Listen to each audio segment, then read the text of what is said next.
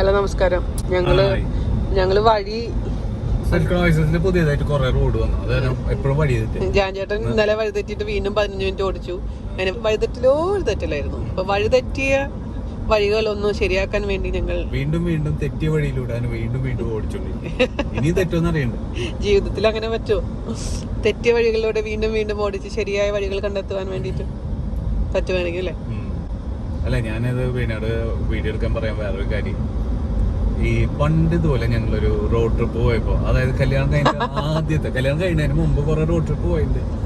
ആ road trip അല്ല, ഇത് കല്യാണം കഴിഞ്ഞ ശേഷമുള്ള റോഡ് ട്രിപ്പ്.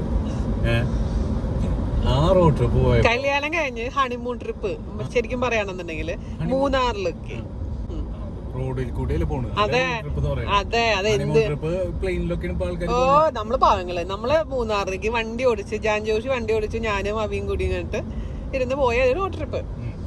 പറഞ്ഞു, ബാക്കി പറഞ്ഞു. അവി കുഞ്ഞാണ്, അവിക്ക് 1 വയസ്സ്, ഒരു വയസ്സ് 1.5 വയസ്സ്. അപ്പൊ റോഡ് ട്രിപ്പ് അവസാനിക്കുമ്പോഴേക്കും, അതായത് മൂന്നാറിൽ എത്തുമ്പോഴേക്കും അടിച്ചു പിരിഞ്ചായി ഭയങ്കര പ്രശ്നം. ഹണിമൂൺ തന്നെ ഇങ്ങനെ തുടങ്ങിയ ഞാൻ വിചാരിച്ചു, ദൈവമേ, അതിനെന്തായിരുന്നു കാരണം? പരിചയപ്പെട്ട അന്ന് മുതല് കല്യാണം വരെ, കല്യാണത്തിന്റെ തലേദിവസം രാത്രി വരെ 5 മണി വരെ, വെളുപ്പിന് 5 മണി വരെ വർത്താനം പറഞ്ഞിരുന്ന ഒരാളായിരുന്നു എന്റെ ഭർത്താവ്. അപ്പൊ കല്യാണം കഴിഞ്ഞതിന് ശേഷത്തെ ട്രിപ്പ് എന്ന് പറയുമ്പോൾ നമ്മളുടെ മനസ്സിലൊരു ധാരണകൾ ഉണ്ടാവില്ല. അതായത് വർത്താനം പറഞ്ഞ് പോവുക. ഇത് വണ്ടി കയറി ആ നിമിഷം മുതൽ ആ മൂന്നാർ എത്തുന്ന വരെ ഈ സാധനം മിണ്ടിയിട്ടേ ഇല്ല എന്റെ അടുത്ത്. എന്തെങ്കിലും ഭയങ്കര മോന്ത വീർപ്പിച്ചിട്ട്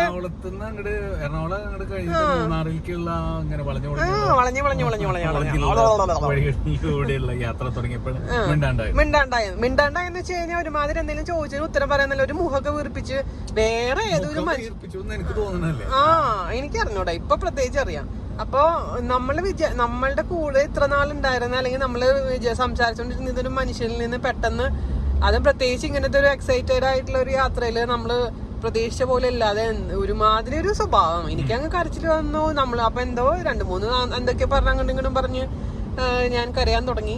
അപ്പൊ ഞാനും വിചാരിച്ചു, ദൈവമേ, കല്യാണത്തിന്റെ വളരെ 2-3 ദിവസം കഴിഞ്ഞപ്പോൾ, 2-3 ദിവസം അല്ലല്ലേ, നമ്മള് നീ തിരിച്ചു പോയിട്ട് വന്നിട്ടാണായിരുന്നു. അതായത് കല്യാണത്തിന് 3 ദിവസം, അതെ, കല്യാണത്തിന് 3 ദിവസം ലീവ് എടുത്തിട്ടുണ്ടായിരുന്നുള്ളൂ. കല്യാണം കഴിഞ്ഞ് 3-ാം ദിവസം പുള്ളി പോയി. പിന്നെ തിരിച്ചു വന്നപ്പോഴാണ് ഹണിമൂൺ ട്രിപ്പ് പ്ലാൻ ചെയ്തത്. അപ്പൊ ഇങ്ങനെ സംഭവിച്ചപ്പോഴും എനിക്ക് കുത്തിച്ചീക്കാൻ തോന്നി. അതായത്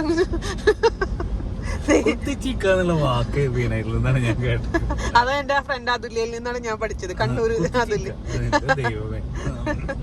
അപ്പൊ എന്താ പറയാ, വല്ലാത്തൊരു സങ്കടവും വിഷമവും, അതൊരു എനിക്ക് എപ്പോഴും ആലോചിക്കുമ്പോ സങ്കടം വരും. എന്തായിരുന്നു അതിന്റെ കാരണം? ആ നല്ലൊരു യാത്ര കുളമാക്കിയത് എന്തിനായിരുന്നു? എന്തൊക്കെ പറഞ്ഞാലും നമ്മള് എപ്പോഴും ചിന്തിക്കേണ്ട ഒരു കാര്യം, പ്രണയവും വിവാഹവും രണ്ടാണ്. പ്രേമിക്കുമ്പോ പരിമിതമായ സമയം ഈ ജന്തു നമ്മുടെ കൂടെ ഉള്ളൂ. കല്യാണം കഴിഞ്ഞ 24 മണിക്കൂർ നമ്മുടെ കൂടെ ഉണ്ട്. അല്ല, അതൊരു കുറ്റമായിട്ടല്ലേ ഞാൻ പറയാം. അപ്പോ നമുക്ക് നമ്മളെ തന്നെ മനസ്സിലാക്കാനുള്ള ഒരു അവസരം കൂടിയാണ് അത്. അവസരം എന്ന് പറഞ്ഞാല് ഇപ്പോ എല്ലാവർക്കും ആയിരിക്കണമെന്നില്ല, പക്ഷെ എന്നെ പോലെയുള്ള ചിലർക്ക് ഞങ്ങളുടെ ബാറ്ററി റീചാർജ് ചെയ്യുന്നത് ചില ഏകാന്തമായ നിമിഷങ്ങളിലാണ്. വി ആർ നോട്ട് അതിന് വേണ്ടെന്ന് പറഞ്ഞിട്ടില്ലല്ലോ, അത് പറയല്ലേ ഞാൻ പറയുന്നത്. ഇറ്റ് ഈസ് ലൈക്ക് നമ്മള് എല്ലാരും വിചാരിക്കും ലോകത്തിന്റെ അല്ലെങ്കിൽ നമ്മുടെ നാട്ടിലൊക്കെ ഇപ്പോഴുള്ള ഒരു ധാരണ, ആൾക്കാരോട് അവൻ മിണ്ടുന്നില്ല, ഇത് എന്താ പറയാ, അവനെന്താ ഒറ്റയ്ക്ക് ഇരിക്കുന്നത്, അവനെന്താ ഗ്രൂപ്പ് ആക്ടിവിറ്റിക്ക് വിളിച്ചാ വരാത്ത, അങ്ങനെയുള്ള എല്ലാരും കൂടി ഇരിക്കുന്ന സമയത്ത് ഇയാളെന്താ മാറിയിരിക്കുന്നത്, പുസ്തകപ്പുഴമാണ്, അധികം സംസാരിക്കില്ല, ഇങ്ങനെയൊക്കെ ഉള്ള വിശേഷണങ്ങളുള്ള ഒരുപാട് പേരുണ്ട് എന്നെ പോലെ തന്നെ. ഇന്നും അന്തർമുഖത്വം ഒരു രോഗമായി വളരെ കാണുന്ന ഒരു അവസ്ഥയുള്ള ഒരു നാട്ടിലാണ് നമ്മളുള്ളത്. ഇപ്പൊ വർഷങ്ങൾക്ക് മുമ്പ് ക്വയറ്റ് എന്നുള്ള പുസ്തകമൊക്കെ പബ്ലിഷ് ചെയ്ത് സൂസൻ സ്കോട്ട് ഇൻട്രോവേർട്സിനെ ആഘോഷിച്ചെങ്കിലും, സൂസൻ സ്കെയിൻ ഇൻട്രോവേർട്സിനെ ആഘോഷിച്ചെങ്കിലും നമ്മുടെ നാട്ടിൽ എത്ര പേര് ക്വയറ്റ് എന്നുള്ള പുസ്തകം വായിച്ചിട്ടുണ്ടെന്ന് എനിക്കറിയില്ല. പക്ഷെ it's something to be learned. ഇപ്പൊ നിങ്ങൾ PMS കുറിച്ച് സംസാരിക്കുന്നില്ലേ, അതുപോലെ തന്നെ അവയർനെസ് വേണ്ട ഒരു കാര്യമാണിത്. അതിനെനിക്ക് പ്രശ്നമില്ല. പക്ഷെ ഞാനിപ്പോ PMS എന്ന് പറയുമ്പോ ഞാൻ നിനക്കൊരു ഹിന്റ് തരും, ഞാൻ ഈ സമയമാണ്, ഞാൻ ഇങ്ങനെയാണ് ആവാൻ പോകുന്നത്, സോ ബെയർ വിത്ത് മീ എന്നുള്ള രീതിയിൽ അല്ലെ.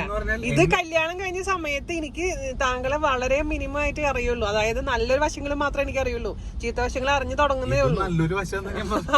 പക്ഷെ അപ്പൊ എനിക്ക് എന്നോട് പറയണം, വീണ ഞാനിപ്പോ സംസാരിക്കാൻ പറ്റുന്ന ഒരു മൂഡിലല്ല, ഞാൻ ഒരു ചിന്തിക്കുന്ന ഒരു അവസ്ഥയാണ് എന്ന് പറഞ്ഞ കുഴപ്പമില്ല. ഉദാഹരണത്തിന് ഞാൻ ഇതിന് ഒരു നല്ലൊരു ഉദാഹരണം പറയാം. അതായത് നന്ദുവിനെ രാവിലെ ചെന്ന് വിളിക്കും അറിയും ചില ദിവസം, അമ്മ ഞാൻ നല്ലൊരു സ്വപ്നം കണ്ടു, എന്തിനാണ് വിളിച്ചത്? അമ്മ വിളിക്കാറില്ല, അത് വേറെ കാര്യം. അപ്പോഴും അച്ഛനാണ് അവിടെ ഈ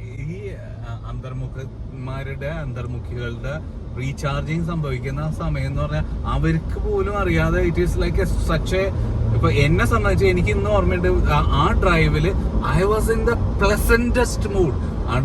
നീ എന്റെ കൂടെ ഉണ്ട്, ബെസ്റ്റ്. ഞാനാണെങ്കിലും ഒന്നും മിണ്ടാനും ഇല്ലാണ്ട് വെറുതെ, അന്ന് മൊബൈലും കുരിശുകളോ ഫേസ്ബുക്കും ഒന്നുമില്ല, നമുക്ക് വെറുതെ, അതായത് ഐ വാസ് ഇൻ ദ എന്താ പറയാ ഒപ്റ്റിമം മൂഡ് എന്ന് പറയുന്നത്. തന്നെ കൂടെ ഡ്രൈവിന് ഒപ്റ്റിമം മൂഡ് വേണമെന്നുണ്ടെങ്കിലേ ഭാര്യനെയും കൊച്ചിനെയും വിളിച്ച് ഡ്രൈവിന് മൂഡിലുള്ള ഒരു അന്തർമുഖനോട് എന്താ അല്ല, ഇത് എനിക്ക് ഇപ്പൊ എനിക്കറിയാം ജാൻ ജോഷിയുടെ ഓരോ നിമിഷവും ഉള്ള ചലനങ്ങൾ പോലെ എനിക്കറിയാം. അന്ന് എനിക്കറിയില്ല.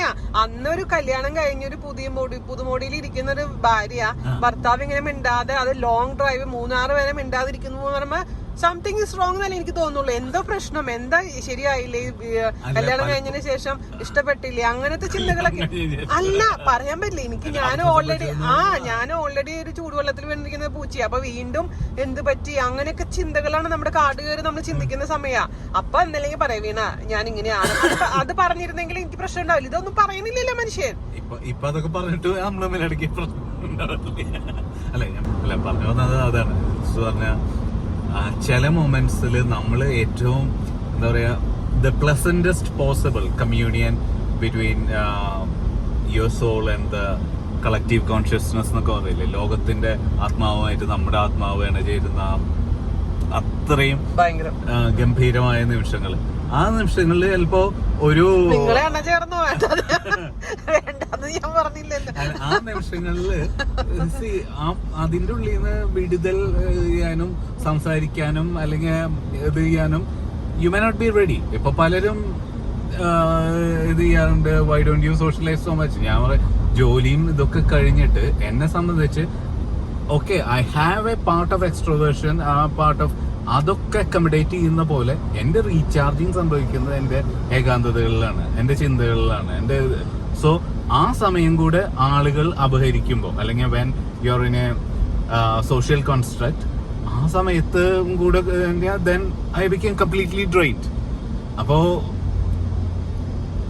അങ്ങനെയുള്ള ഒരാളുടെ ജീവിതത്തിലേക്ക് പതിവില്ലാതെ 24 മണിക്കൂറും സന്തത സഹചാരി, പ്രത്യേകിച്ച് ഹണിമൂൺ പീരിയഡിലൊക്കെ ഫുൾ ടൈം കൂടെ ഉണ്ടല്ലോ. മറ്റേത് ജോലിക്ക് പോകുമ്പോഴെങ്കിലും ഫുൾ ടൈം കൂടെ ഒരാൾ വരുമ്പോ അതുമായിട്ട് അഡ്ജസ്റ്റ് ചെയ്യാൻ ഇത് എങ്ങനെ. നിങ്ങളുടെ കാര്യങ്ങൾ മാത്രം അല്ല ഞാൻ പറയുന്നത്,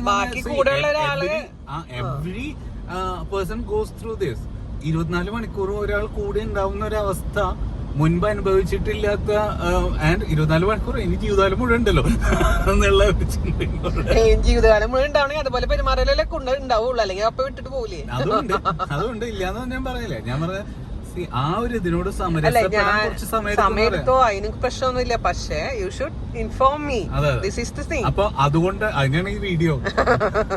ഇങ്ങനെ കല്യാണം കഴിക്കുന്ന എല്ലാവരും കുറച്ച് ഇൻഫോംഡ് ആവാം. പുള്ളി ചിലപ്പോ ഒരു അന്തർമുഖനാണോ എന്നൊക്കെ ആദ്യം ചോദിച്ചു വെച്ചാൽ ഇതൊക്കെ പ്രതീക്ഷിക്കാം. ചിലപ്പോ എന്താ പറയാ മിണ്ടാണ്ടിരിക്കും, ചിലപ്പോ മാത്രല്ല ഈ 9 ദിവസം അല്ലെങ്കിൽ കൂടുതൽ ലോങ് ഹോളിഡേസ് എന്ന് പറയുമ്പോൾ സത്യം പറഞ്ഞാൽ എല്ലാവർക്കും ഭയങ്കര സന്തോഷം. എനിക്ക് സത്യം പറഞ്ഞാൽ പേടിയാ, ആ ലോങ് ഹോളിഡേസ് വന്നു കഴിഞ്ഞാലാണ് ഇവിടെ അടി വരിക.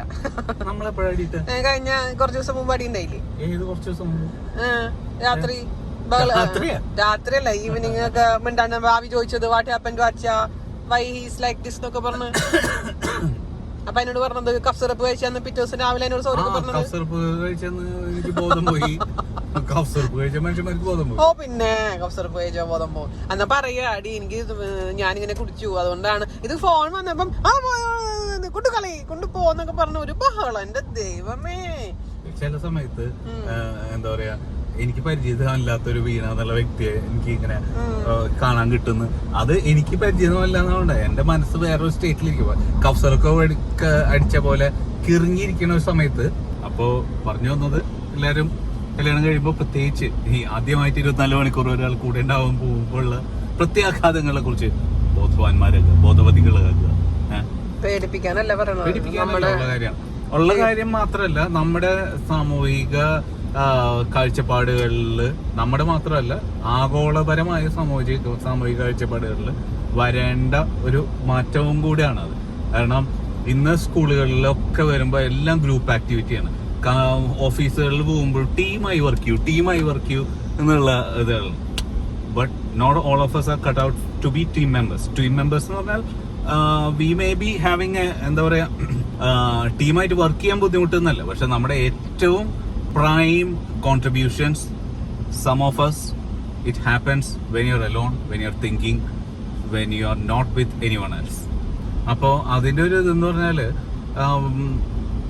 നമ്മൾ ഒറ്റയ്ക്കുള്ളതുകളിലൊക്കെ വന്ന് ചിന്തിച്ച് സ്വരുക്കൂട്ടിയെടുത്ത ആ കോൺട്രിബ്യൂഷൻസ് ആയിട്ട് then come back to the team.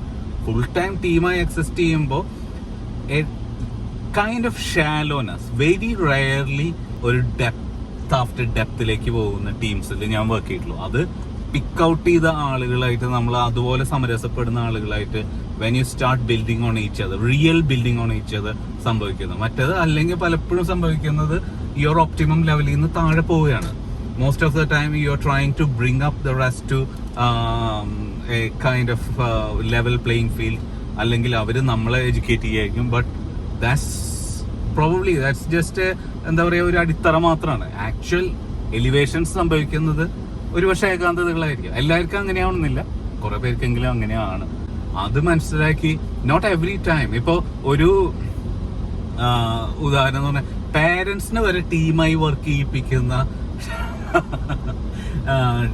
ഇതുകളുണ്ട്. Parents 12ാം ക്ലാസ്സിലെ കുട്ടികളുടെ പാരന്റ്സ് എല്ലാവരും ഒന്നിച്ചിരിക്കും, അല്ലെങ്കിൽ ഒരു 4-5 പാരന്റ്സിനെ ഒന്നിച്ചാക്കിയാൽ അവർക്ക് അങ്ങോട്ടും ഇങ്ങോട്ടും നോട്ട്സ് കൈമാറാലോ എന്നൊക്കെ ചിന്തിക്കുന്ന സ്കൂളുകൾ വരെ ഉണ്ട്. And I have been blatant to them, just like not a fan of this എന്നുള്ളത്.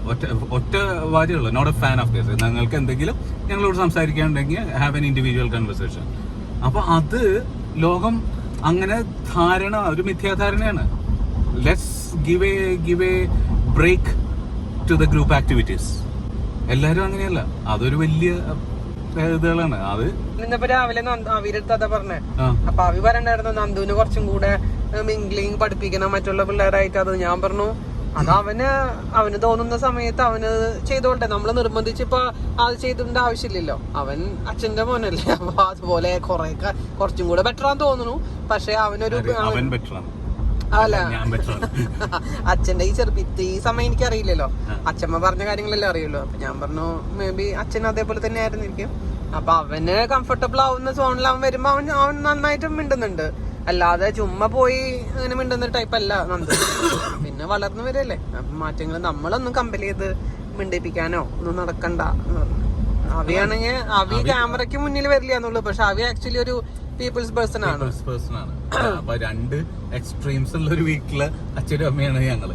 അപ്പൊ രണ്ടാളെയും അക്കോമഡേറ്റ് ചെയ്യും, രണ്ടാളെയും ഇത് ചെയ്യുമ്പോ ഇറ്റ്സ് ക്വൈറ്റ് ഇലൂമിനേറ്റിംഗ്. മറ്റത് എന്ന് പറഞ്ഞാൽ എനിക്ക് തോന്നിയിട്ടുള്ള, ഞാൻ കുറച്ച് അന്തർമുഖത്തുണ്ടെങ്കിലും വീണ കമ്പാരിറ്റീവ്ലി ഭയങ്കരമായിട്ട് ഫ്ലവർ ചെയ്യുന്ന ഞാൻ കണ്ടിട്ടുണ്ട് ഒരുപാട് ആളുകളുടെ ഇടയിൽ. ഷീ ജസ്റ്റ് എന്താ പറയാ, ഈ പൂത്തിരി കത്തിച്ച പോലെയാണ് മുഖവും സംസാരവും.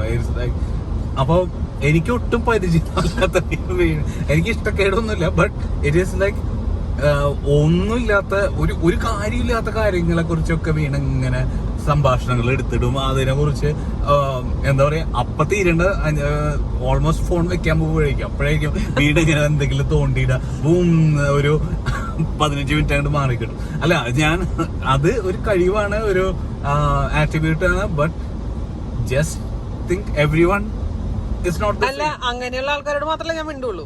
അതെ, ആയിക്കോട്ടെ, ഞാൻ അത് കുറ്റം പറയല്ലേ വേണം, മനസ്സിലായി. അല്ല, അതാ ഞാൻ പറഞ്ഞേ, ഇപ്പൊ ജാൻചേട്ടൻ ഈ മിണ്ടുന്നത് പോലെ എന്റെ കൂടെ വന്നതിന് ശേഷല്ലേ. ഓ എന്താ സംശയം, അതിന് ഒരു സംശയമില്ല. അല്ലെങ്കിൽ മറ്റേത് ക്യാമറയ്ക്ക് മുന്നിൽ വിളിക്കുമ്പോ വെള്ളം വെക്കും. ഞാൻ അത്യാവശ്യം സ്കൂളിലൊക്കെ പ്രസംഗിച്ചോണ്ട് കാര്യമില്ലല്ലോ. ഇപ്പൊ മനുഷ്യന്മാരോട് കണ്ടു കഴിഞ്ഞ് കുറച്ച് മിംഗ്ലിങ്ങും കാര്യങ്ങളൊക്കെ ഉണ്ട്. അപ്പൊ അതിന് മാറ്റമില്ലാതൊന്നും പറയുന്നത് വേണ്ട. എല്ലാവരും പറയുന്നൊരു കാര്യം, ജാൻ ചേട്ടാ എത്ര മാറി, ഇപ്പൊ എന്തോരം മിണ്ടാൻ തുടങ്ങി, മറ്റേത് ജാൻ മിണ്ടില്ല എന്നൊക്കെ പറയുന്ന ആൾക്കാരില്ലേ. അല്ല, അത് വേറൊരു ഘടകമുണ്ട് വീണത്. ഒരു പ്രായം കഴിയുമ്പോ ഇപ്പൊ വീണ പറയാറില്ലേ, ഇപ്പൊ ആദ്യം കല്യാണം കഴിഞ്ഞ കാലം തൊട്ട് ഞാൻ തിരിച്ചിരിക്കായിരുന്നു, കാരണം 32 വയസ്സിൽ മരിച്ചു എന്ന് പറഞ്ഞിട്ട്, അല്ലെങ്കിൽ അങ്ങനെയുള്ള ഇതുകളൊക്കെ പറഞ്ഞിട്ട്. ബേസിക്കലി ഒരു സാഡിസ്റ്റ് ആയിരുന്നു. അതാണ് അല്ല, എന്നെ സംബന്ധിച്ചിടത്തോളം ഞാൻ ഒരു വളരെ വൃത്തികെട്ട ഒരു വിവാഹ ജീവിതത്തിൽ നിന്ന് മുക്തിയായി തിരിച്ച് ഒരു പുതിയ ജീവിതത്തിലോട്ട് കാലെടുത്ത് വെച്ച് നല്ലോണം ഹാപ്പി ആയിട്ട് ജീവിക്കാമെന്നുള്ള ഒരു ധാരണയിൽ ഇരിക്കുന്ന സമയത്ത് എന്റെ കെട്ടിയവൻ പറയാ, ഞാനേ 32 വയസ്സ് വരെ ഉണ്ടാവുള്ളൂ കേട്ടാ. ഒന്ന് ആലോചിച്ച് നോക്കിയാൽ നിങ്ങളെ ഇപ്പൊ കേൾക്കുന്ന സ്ത്രീകള് നിങ്ങളൊന്ന് ആലോചിച്ച് നോക്കിയാൽ മതി, പുരുഷന്മാർക്ക് എത്രത്തോളം അത് റിലേറ്റ് ചെയ്യാൻ പറ്റുന്ന അറിയില്ല. എന്ത് പറഞ്ഞു വന്നാലും ഇതിനൊന്നും ഒന്നുമില്ല. ഇതിന് നിന്റെ എക്സ്പ്ലനേഷൻ എന്തോന്നാ, അതാ പറയണ. നിനക്ക് ഒരു ഒറ്റ വാക്കിൽ പറഞ്ഞ എളുപ്പത്തിൽ അങ്ങോട്ട് കഴിയും. പക്ഷെ ആ 32 വയസ്സ്, ഞാൻ 29 വയസ്സിൽ എന്നെ കല്യാണം കഴിക്കുന്നത്.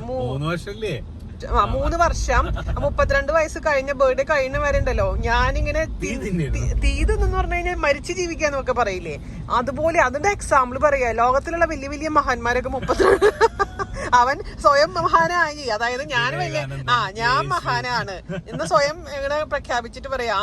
അങ്ങനെ 32ാമത്തെ വയസ്സിൽ മഹാന്മാരൊക്കെ മരിക്കും, അപ്പൊ ഞാനും മരിക്കും 32ാമത്തെ വയസ്സിൽ. ദൈവമേ, എന്റെ ജീവിതം കട്ടപ്പോയായിരുന്നു. 3 വർഷം കഴിഞ്ഞ നീ ഫ്രീ ആയില്ലേ, അടുത്ത കല്യാണം കഴിക്കല്ലോ. എന്റെ വായനെല്ലാം കേൾക്കുണ്ടാവും. അല്ല, ഞാൻ പറഞ്ഞ അതുകൊണ്ടല്ലേ ഞാൻ പറഞ്ഞു മുഴുവനൊക്കെ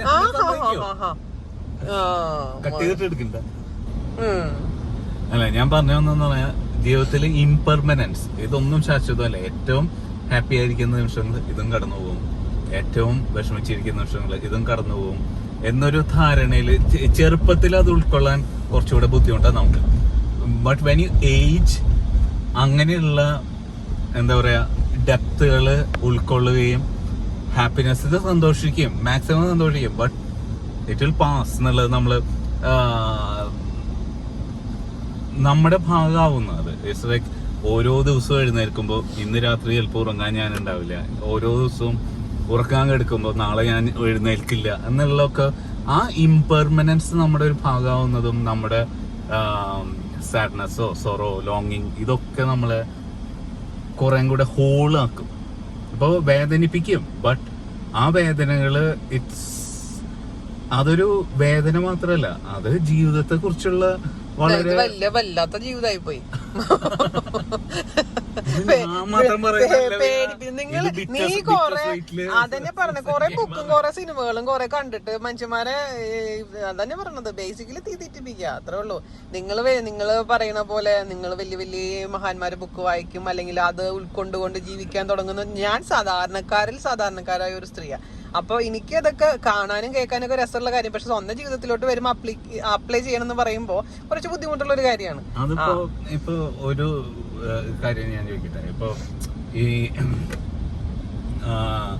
സ്വന്തം ജീവിതത്തിൽ അപ്ലൈ ചെയ്യാൻ ബുദ്ധിമുട്ടുണ്ടെന്ന് പറയുന്ന പല കാര്യങ്ങളും സ്വന്തം ജീവിതത്തിൽ അപ്ലൈ ചെയ്ത ഒരാളാണ് ഞാൻ. അത് സമ്മതിച്ചു. അങ്ങനെ അപ്ലൈ ചെയ്യാനുള്ള എന്റെ ഒരു ആമുഖ്യം കൊണ്ടാണ് ഇപ്പൊ ഈ ബന്ധം വരെ അപ്രീഷിയേറ്റ് ചെയ്യുന്നു. അതുപോലെ തന്നെയാണ് അതുപോലെ മാത്രമായിട്ട് എടുക്കാൻ പറ്റില്ല.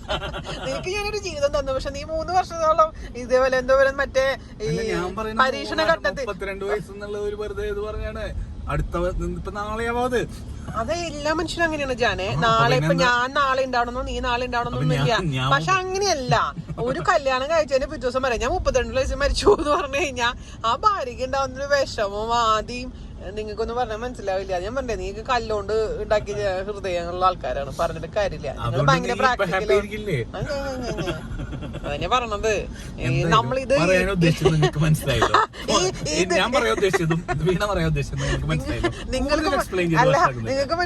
കലഹം ഇങ്ങനെ തുടർന്നുകൊണ്ടേയിരിക്കും, ഈ സ്നേഹം എപ്പോഴും തുടർന്നുകൊണ്ടേയിരിക്കും. അപ്പൊ നന്ദി നമസ്കാരം, ഞങ്ങളുടെ വീട്ടിലെത്തി. അപ്പൊ എല്ലാവരും ഹാപ്പി ആയിട്ട് ഇരിക്കുക. എല്ലാവരും എന്താ പറയാ, നമ്മുടെ കൊച്ചു ജീവിതം ഹാപ്പി ആയിട്ട് മുന്നോട്ട് മുന്നോട്ട് ജീവിച്ച് തീർക്കുക. Love you all. തല്ലൂടുക. Bye by.